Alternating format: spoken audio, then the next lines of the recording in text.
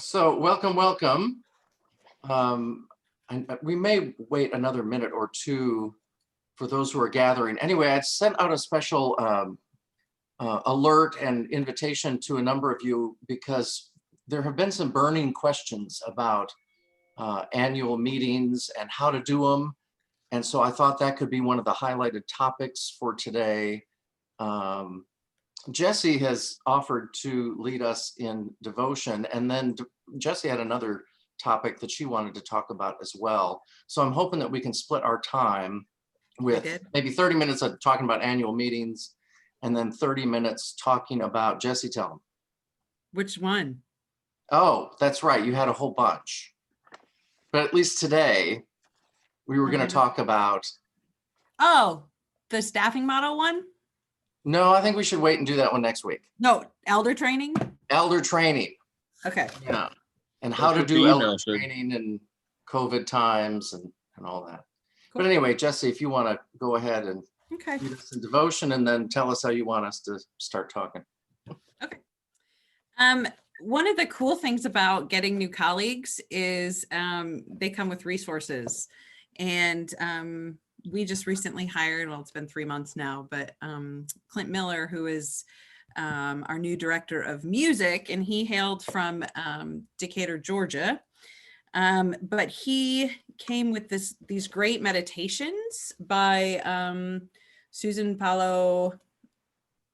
I don't know if it's Sherwin. Who are my music people? Anybody know who this is? I got it. Okay, who is it? Susan Paulo Sherwin. Sherwin, okay. So he comes with all these great resources, and this is one we're actually going to use in worship on Christmas Eve. And she's also a hymn writer and musician, and these were written primarily for hymn festivals, but I thought it's really good. So this one is called The Word is Light. In each, there are times of darkness, times of murk and blood-muddied waters. There are times of bondage, times of frogs and flies. There are times of void and times of drought and plague. A light shines in the darkness. Behold in the darkness a spark. Hark in the stillness a voice. See in the desert a column of flame. A light shines in the darkness. God, the deliverer, stands in the desert, speaks in the stillness, shines in the darkness, that we may be let out from fear, let out from dust, let out from desire, let out from despair, let out from slavery. Behold and see, a light shines in the darkness. So for me, light right now is leading us somewhere. And I wonder where you find the light in the midst of Advent, Christ being born either in your lives or in your ministry. Where are you being led from, and maybe where are you being led to?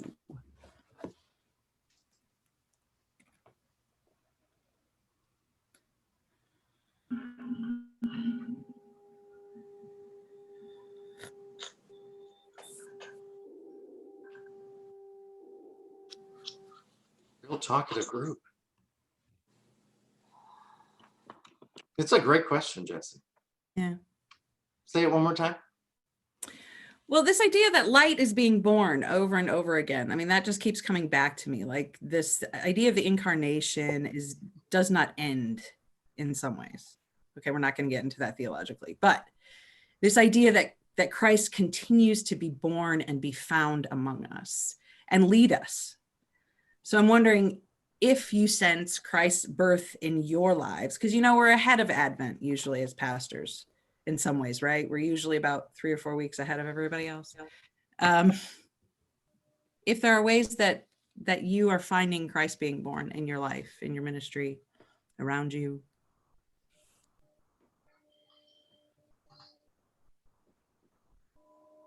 You want me to share mine? Yeah. Okay. So for those of you who know me, like I love church and community stuff. And it's been hard working in the church that I've been working in for the past few years because it's been really conflict oriented and very inward focused. But as the church begins to heal, it's starting to look outward. And one of the callings, a really strong mentor of mine died about a month ago. And she was a woman activist in Georgia, actually, who started visiting people on death row, lived in a Catholic worker, all those kinds of things. And I felt like I needed to honor her memory in some ways and help it continue to be born, her life. And so I called the jail. I was like, can I start visiting people? Because I really had this sense like I need to be the light somehow. I need to follow Christ into these places. And it's really crappy out there right now. It is really hard to do ministry. Half of the time I feel like I'm drowning, but there's got to be more to this Advent thing. And if I can't do it in my own life, how can I lead other people in my congregation? So there's mine. I've sensed Christ being born, or Christ's light, in spaces like this. These virtual spaces where all of a sudden I'm surprised by how we're listening to one another's stories, we're caring for one another, we're sensing Christ's presence anew in the presbytery. I feel like my job has gotten a lot easier, right? But the presbytery is a much smaller place now with this pandemic. I think as a pastor, you all are doing amazing jobs, and you're doing way better than I would. You guys have a really hard job. I feel like my job's gotten easier though, making the presbytery a smaller place and seeing Christ being born in this virtual space.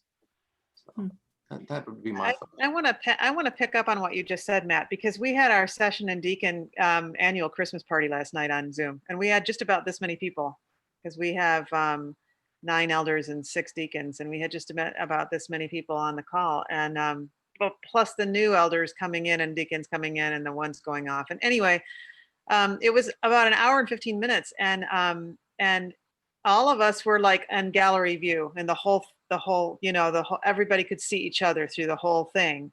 And at the end, and there were some conversations that happened that were actually deeper. And to Jesse's question, our church has started using this language of church without walls in a way that we have never, I think, really put flesh on that before, if you know what I mean. Like, I mean, we really literally are church without walls right now, right? And we've talked about that for a long time, about being church without walls, and we really are.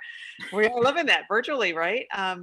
And at the very end of our party, one of the elders turned to his wife, who was sitting next to him as a deacon, and said something. And I thought he meant to say it to everyone. And I said, "What'd you just say, John?" And he said, "Oh, I'm sorry, I was just talking to my wife." But he said, what I said was, this year's Christmas party, we never talked like this with each other before. Last year's party, we didn't talk like this. We had our little clusters of people, but now everybody can hear everybody's a part of this conversation. There's no like side conversations, everybody. And so this sense of being more inclusive, even in a way that we weren't before, differently inclusive, is a way in which I think Christ is being born through this technology time, through these challenging days, differently. Thanks for the question. I've seen a lot of you. I've seen a lot of your family units or your dogs. Here's Doris' dog joining us today. I only used to see that during Blessing of Animals, and I had to work really hard to pull that off. Now I see people's pets daily. It's fun. Other thoughts on Christ's light?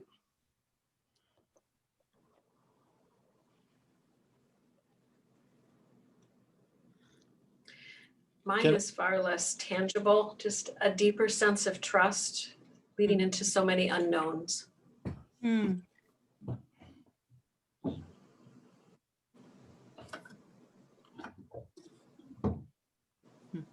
well, for some of us that don't serve churches anymore, one of the things we decided to do, even though there won't be between 22 and 24 of us here for Christmas this year, there will be 2. We decided to do a complete decoration for the 2 of us. And we collect nativities, so I'm surrounded. She only put about 40 of them out this year. Only. Yeah, they're literally all over. We take all the books off the bookshelves, all the games off, clear all the bookshelves and fill them back up with the nativities. Wow. We had to quit buying them. We ran out of storage space. But it is sort of special to us because each one's from a different country where we've been.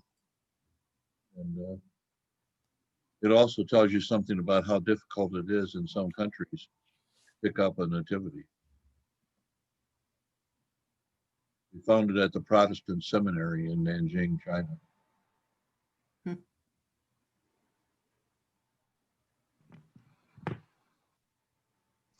Well, thank you all for sharing, and thank you, Jesse, for leading us in devotion. Yeah. So let's talk about, Dean and I have been fielding a lot of calls and questions about annual meetings. So I thought we should take some time to just provide an opportunity to talk about that. How are you all doing these annual meetings? What questions do you have for the collective here? Maybe we can help you see your way out of this a quagmire if you're in one.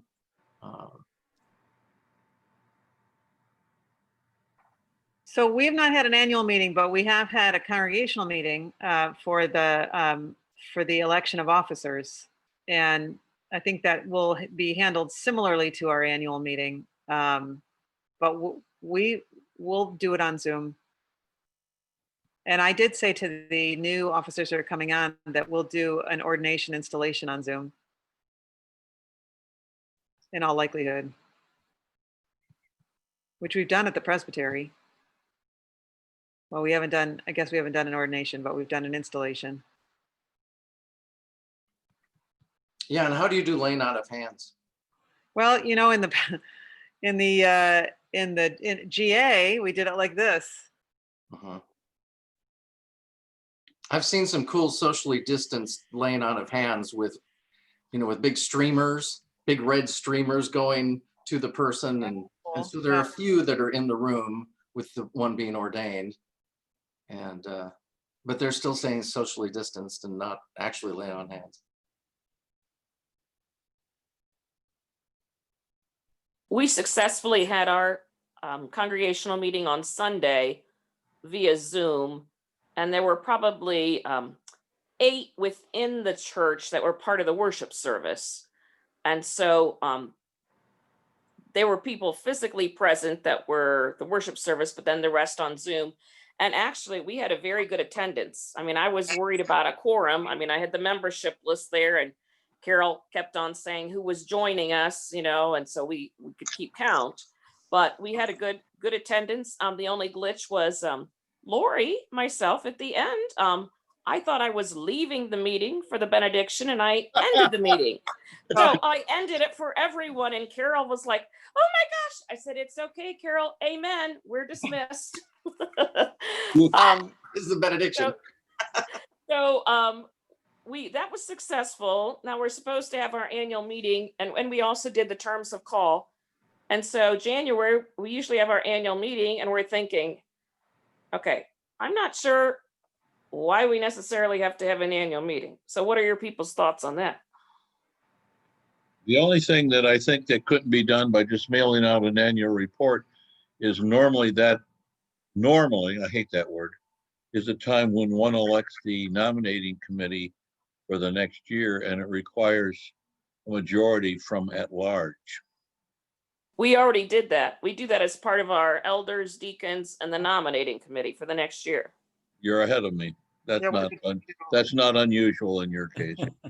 Don't we have it in our bylaws though? I feel like in our bylaws, it says we have an annual meeting. I mean, I think it's book of order, isn't it? Of order. It's book of order. The bylaws also don't talk about Zoom being allowed for congregational meetings and everything else. So you know, I sort of figure pandemic, you can sort of give grace to some things. Let the clerk make something clear here. You all are going to continue to do the best job you can, doing everything to the best of your ability, giving voice, vote, and everything there is. The thing we have in our book of orders in the disciplinary section is that if somebody's beak is really tweaked, they can file a remedial case. I don't think we're going to find one given the year we've been in, but that's your backstop. That means that no matter what you've done to the best of your ability and the best of your intent, if 30 days after the meeting, the clerk, me, have not heard anything, or you have not been asked redo something because it wasn't done properly, you're done. And it goes, and it's going to be right from that point on. There's no coming back a year later and say, but you 30 didn't do days. this right. It's a Okay. 30-day window. I only say that to you to relax you. I don't say that to threaten anyone, quite the opposite. Mm-mm. I just am trying to say that in the midst of all this, if you are worried, believe me, I'm not sure, it's been so long. My phone used to ring off the hook constantly with people trying to undo what was done at their churches using the book of order and the clerk. And it's been 10 years since I've had those kind of people on my phone. Maybe they can't find me. I don't know. But I just want you to relax. I want you to all do the best job. Some are a bigger advantage than others. I mean, Kathy is over here. You're on my right on my screen, Kathy. So you're there. But anyway, you Zoom all the time. So there's an enormous willingness to do all your meetings by Zoom because that's the majority gathering for you. For others that are streaming, Yeah. and if they are not Zoom ready, that makes it a little trickier. But let's just hope that no church this year has an enormously conflictual thing to decide, because that, electing elders and deacons, paying, the pastor's salary and all that. I think most of this stuff is pretty perfunctory, and we're not going to get people. Everybody knows we're all in the same boat, for crying out loud. Yeah, and I dare people to file a remedial case. I think it's 90 days, isn't it? Yeah, I do. Wait, what was that? He dares people to file. He's Dean, I'll right. be in. But I guess I'm saying that only that's your fault. That's your fallback. Like I'll say to Lori right now, you write the minutes, you closed with prayer, it's done. And you put it in there. And if nobody objects, it's done.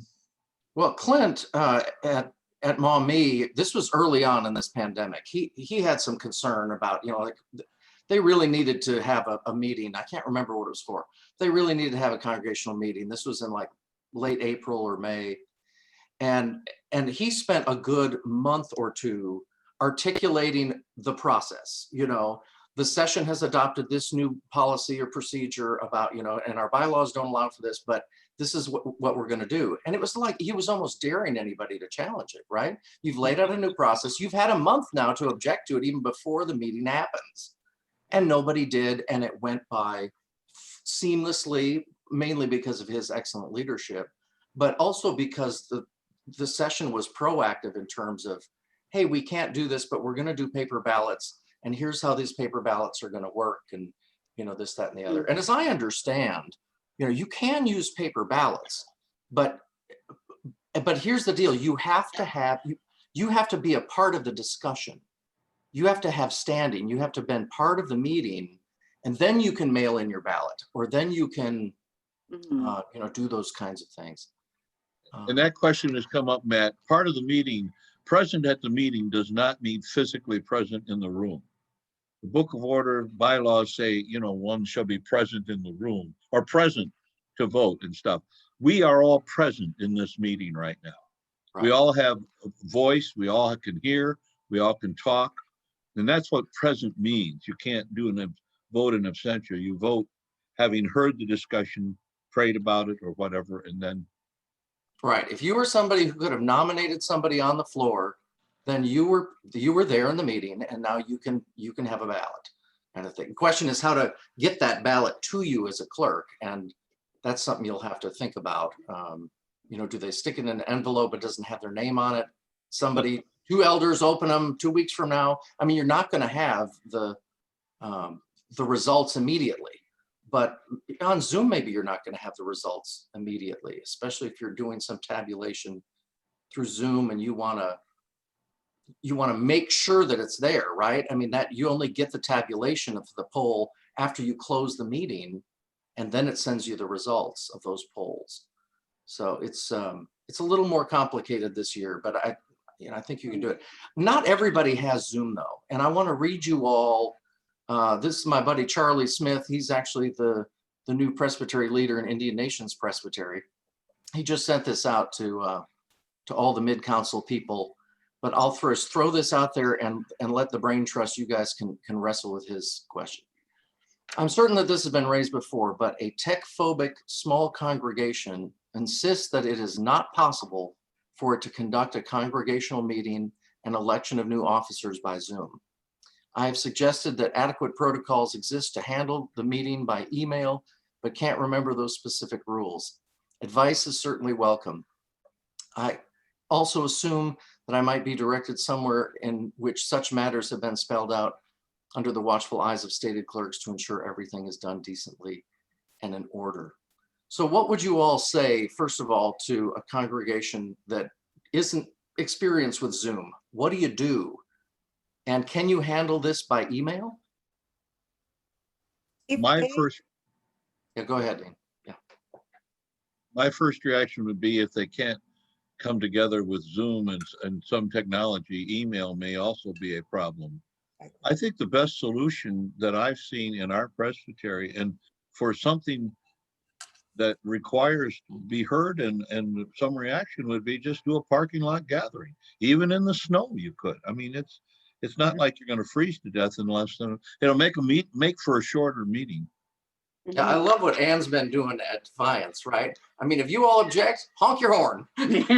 No, it's what we did is before Thanksgiving, we announced the congregational meeting to elect officers, review the terms of call, vote on it, and we'll have a proposed budget for information.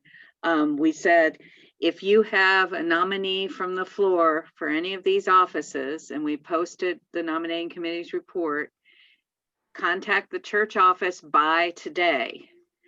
And if we get nominees basically from the floor, we'll print a ballot. Otherwise, the nominating committee will present its slate and we will vote by horn. And Joel will lead the meeting, part of the meeting about the terms of call, and his cell phone number is posted in the bulletin. So somebody can call from their car if they have a question or concern, and he will be at the mic so he can reiterate the concern.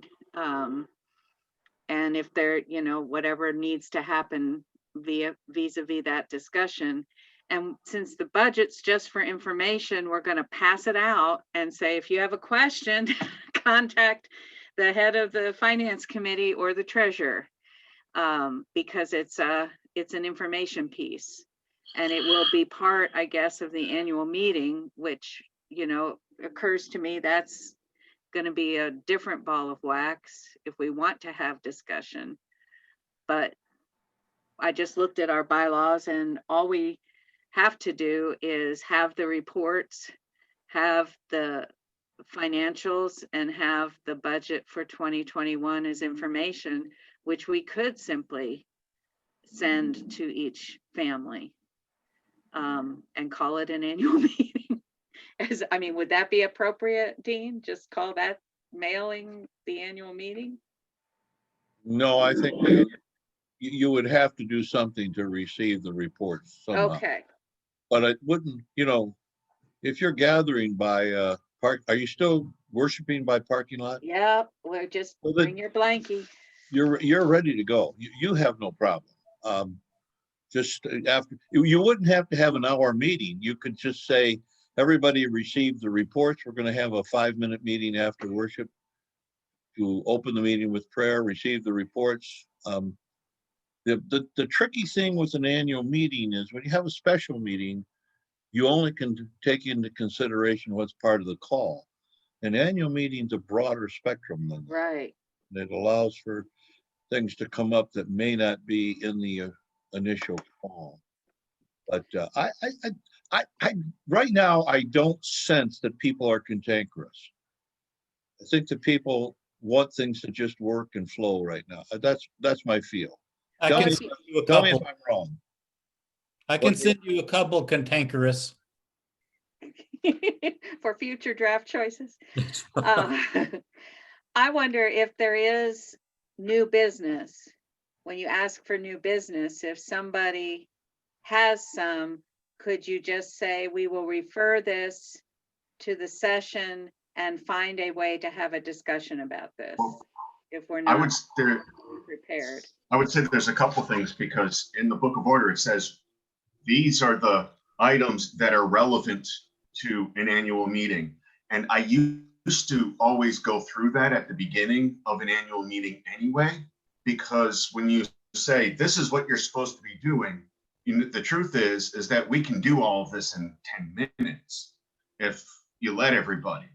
But, if they want to do something else, well, then, most of the time, people have questions about what's going on. And I mean, I finished one annual meeting, and because Palmyra does theirs in October. We were in person, but we had 10 people, and that is a quorum for us. And it took 15 minutes. I was a little disappointed. I was shooting for under 10, and that was because it took that long to get the nominating committee for next year, because somebody has to volunteer or shame someone else into doing it. And so that took a little bit longer than I would have liked. And we just said, you have all the reports. If you have questions about the reports or things like that, come to me or go to one of your elders and ask them, because that's what they're there for. And just in regards to the email that you had said, you can do a reply all is the only way that it's going to be possible. But my biggest problem with an email meeting or things like that is that it's not all occurring at the same time. And so people can hear things that maybe might not be said or whatever, and it can blow things out of proportion easily if someone has an axe to grind. Well, and when I read the email, I just thought, the question from Charlie, and I just thought, an email meeting? No. I mean, that's just way out of line. How do you call the meeting to order? How do you declare a quorum? There's no such thing as an email meeting. But I think kind of tying on with what a number of you all said, I can email out the reports and I can say, review that, let's talk about this, blah, blah, blah. And then maybe we meet next week or something out on the steps of the church for 5 minutes to approve the annual report or whatever. And I think there are ways that you can, but again, then you're declaring a quorum. Then you're saying, here's who was present in the meeting. And you're dealing with that one curveball that Doug just, talked about, like that we can't see through email. There's no way that anybody has standing. You ask a question. We used to try this, with COM, we'd have email votes. And sometimes people want to discuss things through the reply all mechanism. And it's like, that doesn't work. If any one person objects, then we took it to the meeting and stopped trying to talk about it. So I don't know. I think you can probably vote through email, but it'd just be so clunky and ridiculous that I'd rather come up with some ballot if I were the clerk. We're talking at Glendale because that is a very small congregation, and probably about half of whom aren't on email, aren't on computers or anything like that. So we're talking about doing a conference call, because the people who won't call in to Zoom because they know it's a computer thing will call a phone number. And so we're thinking we can get them to call the phone number. And because it's a small enough group, we're talking about trying to do our annual meeting by conference call. That would be just fine. The paid version of Zoom has that where you can call in. And So, yeah, I know, but they won't do it because it's a computer thing. because it's named Zoom. Yes. Just use totally Carol, free conference calling. That's, yeah, I actually set up something with totally free conference calls, so I think we can. Free conference call is great. Yeah. That's what we Carol, did at you Monroe. had your Was the hand up. first time we had a session meeting, we did that as a conference call, totally free, before we got into the Zoom world. It worked fine. Yeah. Carol, you've been trying to talk for an hour. No, Carol's been trying to ask a question. I know there are times during our annual meeting that we temporarily suspend the annual meeting in order to have a meeting of the corporation. Oh, Okay, Declare it. So- pardon? Declare it. Yeah. Declare for the sake of the law. We're just doing it. This gathering to declare today is both the ecclesiastical and the law of the land, and just don't worry about it. Okay, don't worry about it. Okay, because I know, if you have a Zoom meeting, that's okay, because you can see who's present, and you know who can vote, and you can see votes. But if it's an email, No. There are certain rules in Ohio that cover that type of approval through email for the corporation. And once you get into the corporate world, then my 30-day waiting for a remedial issue goes out the window. You're right. You file corporate rules, and I guess I would almost. I don't know what the law of the land is. I don't know if you have to have, Lori or anybody else know whether you literally have to have a corporation meeting to follow the law. I don't think you do. I don't think they can hold you in remiss if you haven't had one. It depends on what you're doing. If you're disposing of assets or something like that, you may have to. And if you have the corporate meeting, you have to be 18 to vote. Where the congregational meeting, you just have to be a member. So you literally could have some people at your meeting who can vote the congregational meeting, but not the corporation. And see, at Difference. our corporate meeting, then we also elect the officers of the corporation. And then throughout the year, there's many times we have to sign off on things, whether it's banking or legal or whatever, as far as the officers of the corporation. So now you're sort of telling me we do need to do that.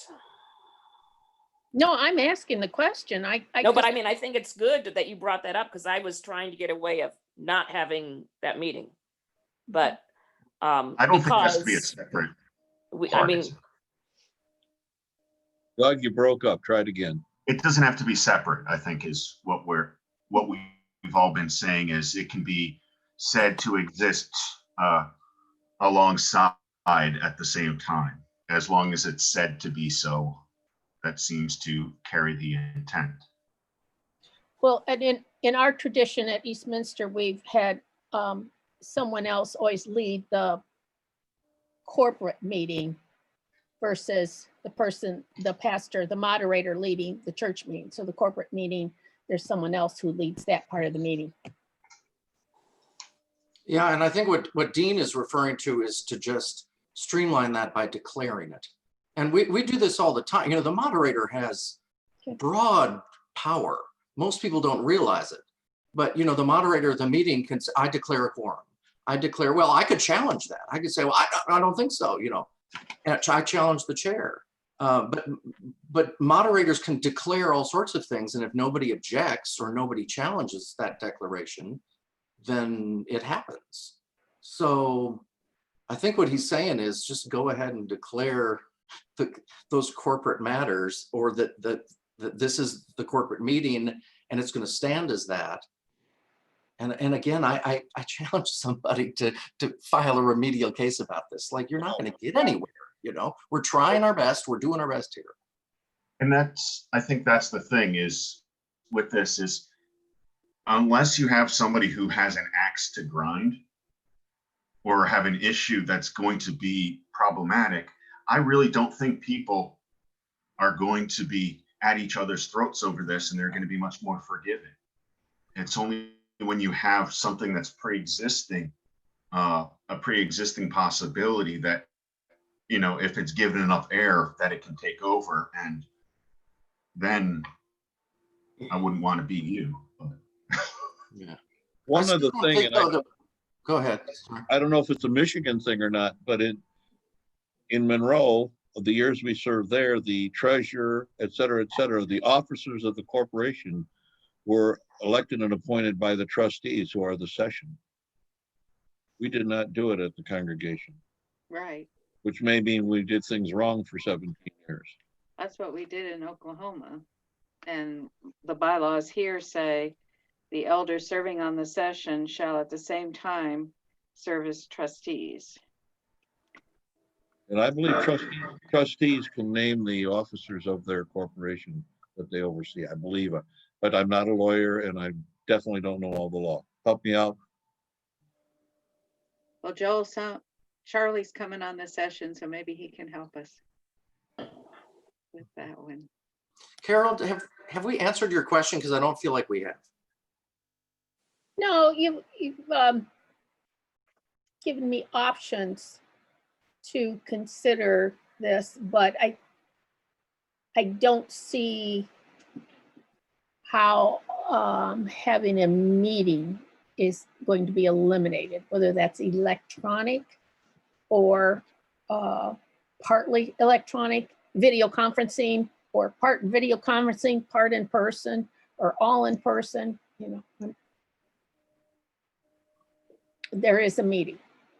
And the other thing is, it doesn't have to be in January or February. Just needs to be, if you have an annual meeting, needs to be in the calendar year. Except for the fact that the terms of call, we haven't had, we were supposed to have our special meeting in Yeah. November and canceled that as soon as our pastor had to quarantine. But terms of call need to be voted on. So that can be implemented January 1.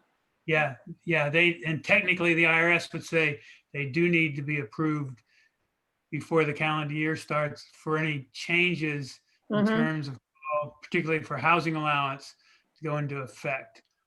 If you can't do it later, what you almost need to do is prorate the housing allowance so that all of it is after the meeting.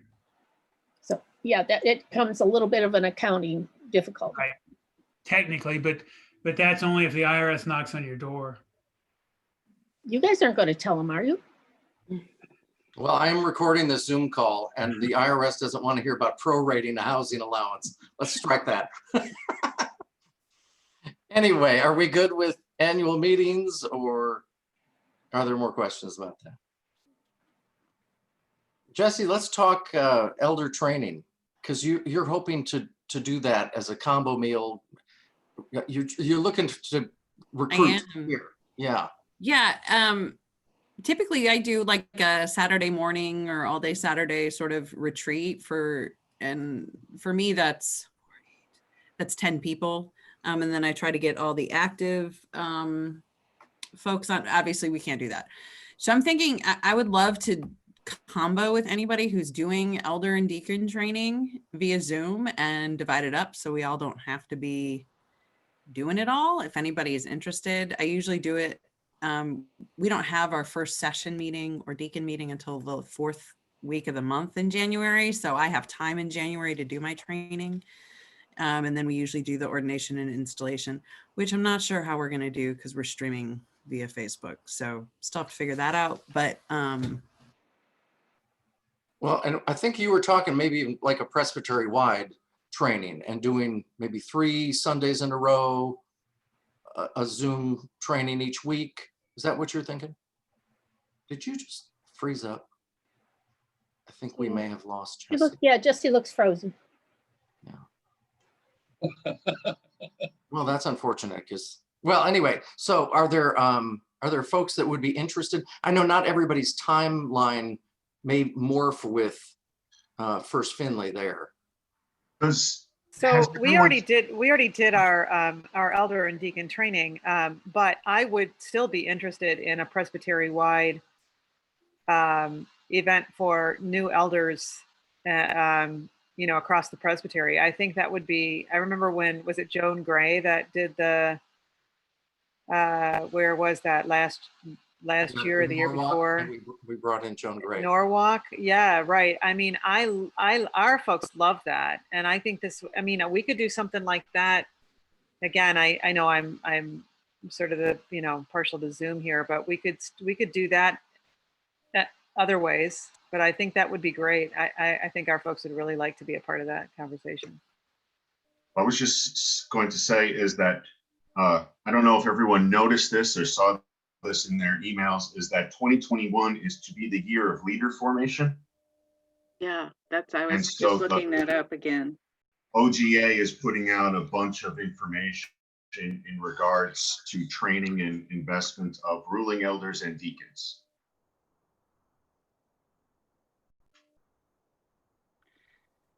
Coming Alive in Christ, a multi-session resource will be delivered through the denomination's online training site, Equip. Regarding ruling elders, the monthly series of Serving Faithfully, 3 webinars covering topics of interest to both ruling elders and deacons, and a new hymn by David Gambrell. Yay. Christian Has a Calling. So they are working on how to do that virtually with and for us. It's in the latest of the Presbyterian newsletter, daily news thing. From yesterday.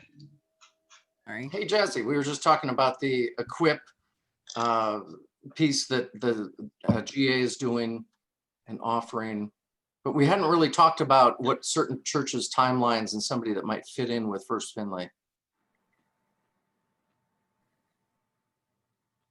Anyone?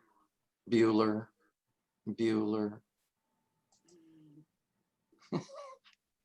Well, at Bluffton, we've already had the new officer training.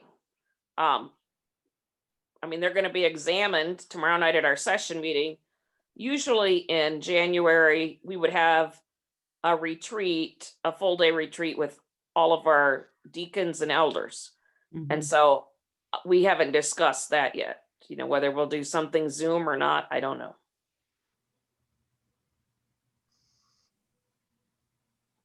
What numbers that's the other question. Are we talking about just new folks or existing folks in training and things like that? Because I'm pretty sure, I can't speak for the nominating committee, but I'm pretty sure they will come up with names, because I think 60 to 70% of my congregations are elders. So, but Well, I would require it for the new people or for those that were not ordained, but then I would invite the entire active session every time I do training. And when we did it Presbytery wide, I'd actually have more people attend then, because they'd want to know what everybody else knows. And it became a good refresher course, and we had, there were good CE people and folks that knew what they were doing. When I did it myself, it was often pretty watered down, or it just became, this like, well, we're just going to have to do ongoing training. And we would do a little bit every session meeting. Is this something that maybe the leadership team or the discipleship team, or the leadership team and discipleship team together could work on as a Presbytery wide event? We are, but we were just sort of figuring we're in December, and if anybody was interested, I thought we'd throw it out there to see. So yeah, it's something that we talked about yesterday in leadership. So I think, Jesse, what they're saying is there's a lot of interest. It's the timing. Okay. Bowling Green's done our new elder deacon trustee training, but something ongoing. I'm looking forward to something that the General Assembly is putting out. What do you guys do for your training? How do you get people in December to come to a training? Well, ours Ours Drugs. were in October and November. But when do they start office? January. And they commit that early to a training? Yeah, they don't know what they're getting into. I'm impressed. Well, I'll send you a letter of one person who refused to come. But so it's not everybody coming, but Okay. even the new folk. I mean, that's the issue. She wasn't new. She was signing up for the second time and I've didn't. done this 10 times. Yeah, Yeah. didn't, my 32 years of being in the church, that kind of thing. But yeah, to take it easy and slow. When Anne Marie and I were in Murray, we did a lot of training, and I haven't been able to do that at Bowling Green yet. So any kind of invitation to cooperation. Kathy Treadway and I talked yesterday of, kind of as the new moderator, and she's the vice moderator, what kind of themes are we looking? And exactly what you're talking about is what we were talking about is expanding and the connectional church. So how do we assist one another in that? I'm glad leadership is looking at that, or what yours, Jesse? Is it discipleship? Well, for the elder training, it's the leadership commission. Yeah. We think. Yeah. We're not sure. I mean, I think that's a place where we collide. Right. So I think we need to do it either together or come to an understanding. Right. Jesse? Yeah. Doris Chandler, First Presbyterian Church of Monroe. Yeah. Welcome.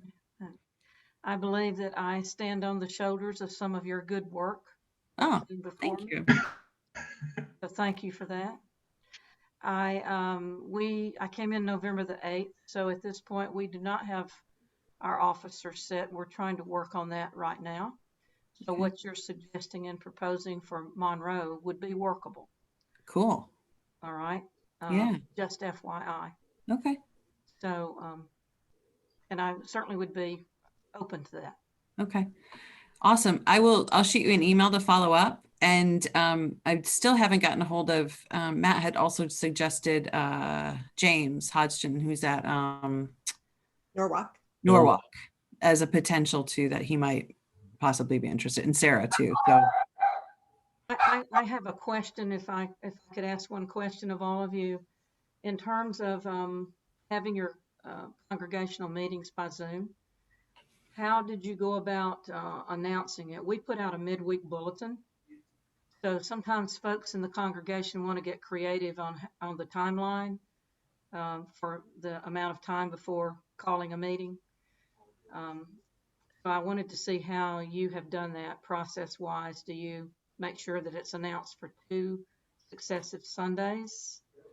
If you have a midweek bulletin, do you put it in a midweek, then announce it on a Sunday, and then announce it the following Sunday and have the congregational meeting thereafter, because that counts? Yep. I'm just trying to see how some of you have done. Depends on what your bylaws say, because that part that says that you have to call it on 2 Sundays prior was in the old form of government in the Book of Order. And so if you have updated your bylaws to reflect that, then it should say it in there, and that's the minimum of what you have to do. You can always do more. At Bluffton, we decided, because we were going to go the Zoom route, we gave almost probably a month's notice, because we put it in every week's email. We announced it in every week's church service that was streamlined. We also put it in the newsletter, because it was going to be new, and so that they understood. So we felt that by giving 3 to 4 weeks notice, we were covering all issues. Yeah, and I like the broad 3-week, 4-week notice, just trying to, put it in everything.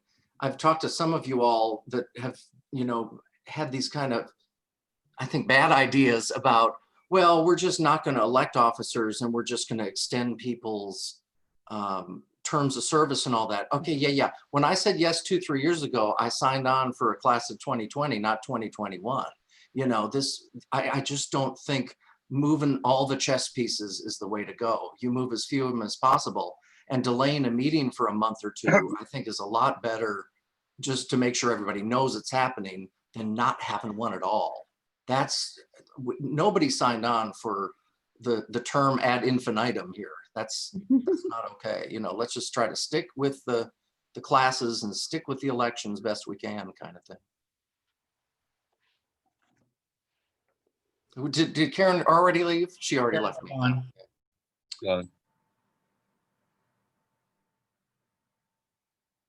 Well, and Doris, I think a lot of people, I've worked with Monroe some, and I feel like just about everybody is on that email blast and reads and understands. I mean, you tacked real quick in a different direction when you went on quarantine and the church had to close down and do something new. And there were these series of emails. I was pretty impressed with the Thursday, Friday, Saturday emails, and then boom, you guys were in a new direction. I feel like just about everybody knew, if not everybody. I think we'll be fine, because we have the folks have Zoom now, and you know, those that haven't, we're teaching them how to pick up their phone and dial, get into us. So well, and then the lead up to the presbytery doing via Zoom, you know, I just had, if you're not comfortable with this, you know, this was in the packet, right? If you're not comfortable with this, there are these opportunities for Zoom training. And Dean and I, you know, got a few people up and running, but by and large, most people were up and running in our department here. And it was better the second time we did a meeting to just, I just said, call me if you need to schedule a Zoom training one-on-one with me. And I had 2 people take me up on that. Those were, you know, new commissioners who had not used Zoom before. But it worked a lot better for it to just be call me and schedule one that works for you, rather than schedule 3 or 4 of them, and then the 2 people that needed it couldn't even make it to the 3 or 4. I just, you know, have them call you and get them up and running that way, I think is the way to go. Of course, you've got a whole congregation that may not know Zoom because they've been doing YouTube and Facebook Live, right? Doris, right? You didn't. I didn't. We've been doing Facebook Live. We live stream on Facebook pretty much. Yeah. But you have session and committees that have been meeting by Zoom, so That is correct. Zoom is familiar to at least 50% of the congregation, I would say, maybe I more. don't think people meeting on Zoom will be an obstacle to grace. Mm-hmm. Yeah, and I'm all for keeping it as simple as possible. I mean, if we can get away with a free conference call telephone thing, let's do that. If, you know, if one person is not comfortable with whatever, you know, you hold your cell phone up during the meeting, and, you know, that kind of thing. If you're still doing something in person, I doubt anybody is. But I just, you know, the simplest way to do it is the way to go, not kill yourself with sharing screens on Zoom and all this, that, and the other. You know, just email some stuff out, talk with the people that mail stuff out, and then just have a 10-minute conference call or Zoom meeting or something. I say keep it. The KISS principle works here, you know. So what would your advice be to us, Katie and I, as we're looking at locations for presbytery meetings? We're assuming the February meeting will be by Zoom. What about the May meeting? Will that be still by Zoom? Probably. I'm at least at 80% level that it'll be Zoom by May. Because we have Cadmus willing to do it in September, and Finley willing to do it in November, and we've got some others who are willing to do it in the following year. But if we can do Zoom, if we look at Zoom, does somebody want to help host that? Meaning you get first right of refusal to lead worship. Maybe a time a smaller church may be able to do that. So think about that. Let us know. Let me know. That would be for February? That would, February, I'm gonna do it. Are you May, looking at May? May. Okay. All right. You wanna I look at- wonder about Antwerp. They've got some really wonderful worship leaders there. And yet I don't think they have a facility that could host all of us in person. So maybe Antwerp. Okay. I don't know. It's worth a call. And Call Russ Herman.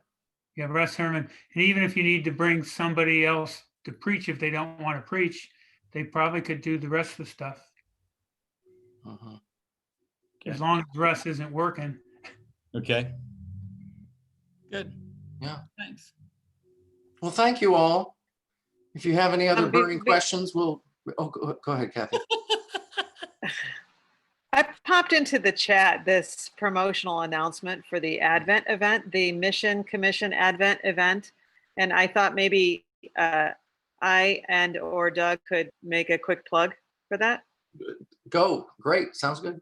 Okay, we set it up for the 16th. It's on Zoom. It's 12 to 1, and it will be 12 to 1. So the idea came out of our last mission commission meeting, and we started around our little team sharing ways that churches within our little cluster had adapted their mission for 2020. And we found it to be so inspiring that we wanted to hear other stories, and we wanted to have people that we had heard from even on our little call be able to share that more broadly. So we thought this is an important time to not only inspire each other and encourage each other, but to think forward. What are the things that we've learned through these challenging days that will lead us as being, again, church without walls, church in the world. So we want to we set it up to invite mission contacts and pastors in churches, and then we said, why would we limit it to mission contacts and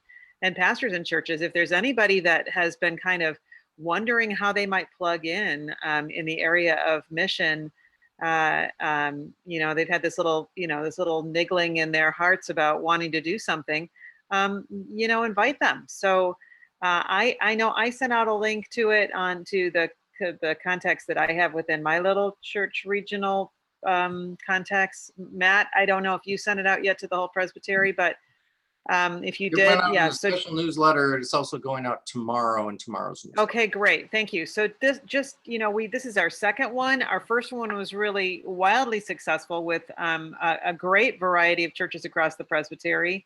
And I do have a special guest coming. Lauren Rogers is coming from the special offering, PCUSA special offerings, and she's going to briefly talk about the importance of Christmas joy right now, and also some of the highlights of the special offerings across the denomination for the year. So some of our churches, I think, really took an opportunity here to introduce special offerings in this time when people couldn't otherwise do mission in other ways, to give people an opportunity to be generous in that way. And so she wants to talk a little bit about that too. So Doug, did you want to say anything about this fantastic, awesome mission Advent event? Everything that I was going to say. You took every word out of my mouth, including the ones that I didn't know about. So, well, she's not on the call anymore, but I highlighted in my sermon last Sunday the Defiance Coat Drive.